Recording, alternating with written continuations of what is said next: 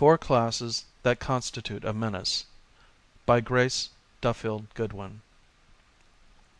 We are a nation of unsolved problems. Brains and time and patience are going into their solution. Our Negro and our alien problem are ours alone. No other nation shows a condition in which these two difficulties exist side by side and press for solution at the same time. At present, no one is bold enough to say that we are finding it easy to amalgamate the sorrowful legacy of our own greed and inhumanity in the race of struggling children just up from slavery, confused and bewildered even yet by the sufferings of the past, the burden of the present, the blind ambitions of the future.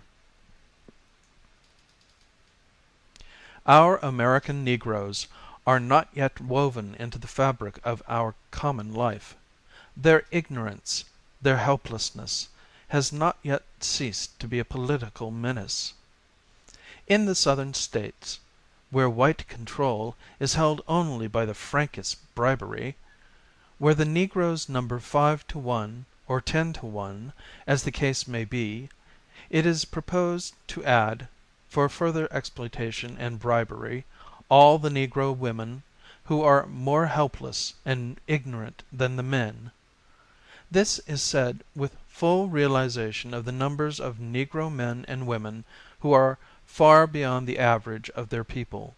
One has but to see the race close at hand to recognize its sterling virtues and its dangerous weaknesses, virtues of sympathy, patience, cheerfulness, loyalty, weaknesses of moral fiber, and of mental grasp. We have the problem of the immigrant, coming here by millions in the last decade, coming from different political conditions, new to republicanism, new to responsibility, new to freedom, which, in the exuberance of the second generation, he misreads license. He clings to his own, and he makes in all our cities a ghetto, or a Little Italy, or such a settlement as that of 50,000 Bohemians in New York, settlements which are not American in any particular. He populates the streets of the New England mill towns, until in Rhode Island one may walk perhaps 2 or 3 blocks without hearing a word of English. In 5 years he is a citizen. In 5 years he is expected, with the pressure of a terrible toil upon him, to learn the language, the customs, the ideals of his future home, and to become a unit in its government. As a matter of fact, the majority toil incessantly, learn very little, are exploited by the boss of the ward, know little and care less about the government of their adopted country. What we are doing to make him worthy of citizenship is but a drop in the bucket compared to his numbers and his need. We must put time and brains upon the problem of the foreign man as a voter.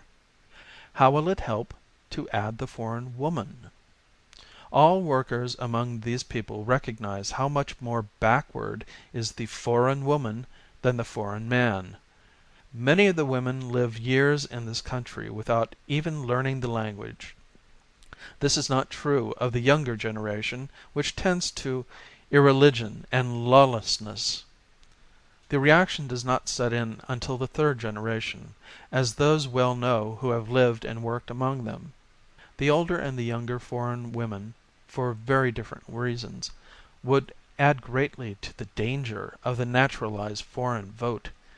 And as we are constantly receiving them, and as the quality is steadily deteriorating, we shall have this to consider for many years to come.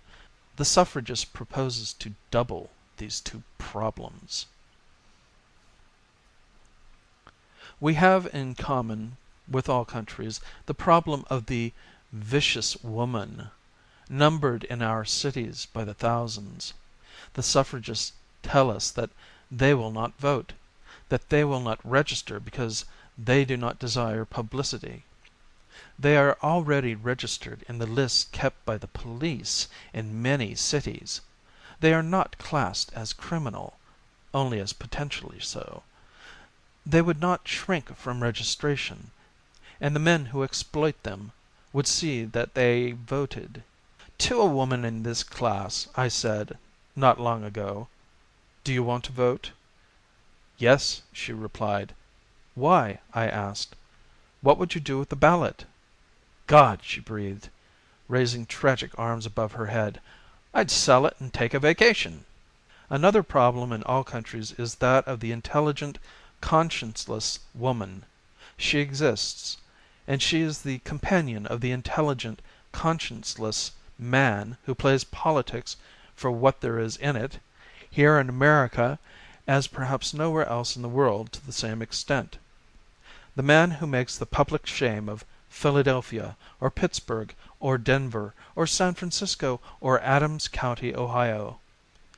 The shame of every American city and town that owns the rule of the boss and the ring, that has political axes to grind and political trades to make.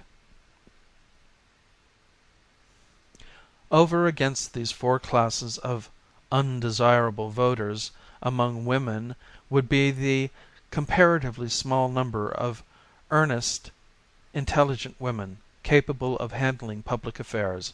They would be overwhelmed by numbers.